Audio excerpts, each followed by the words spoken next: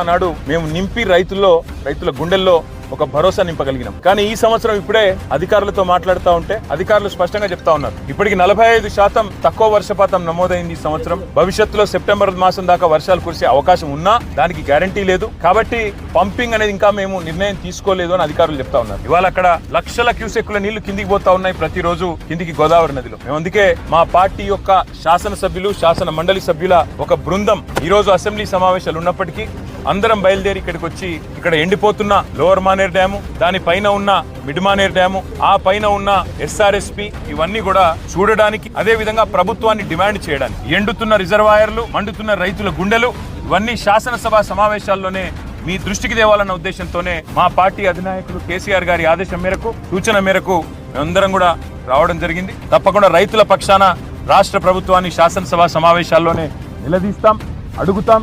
ఎందుకు పంపింగ్ చేయడం లేదు ఇవాళ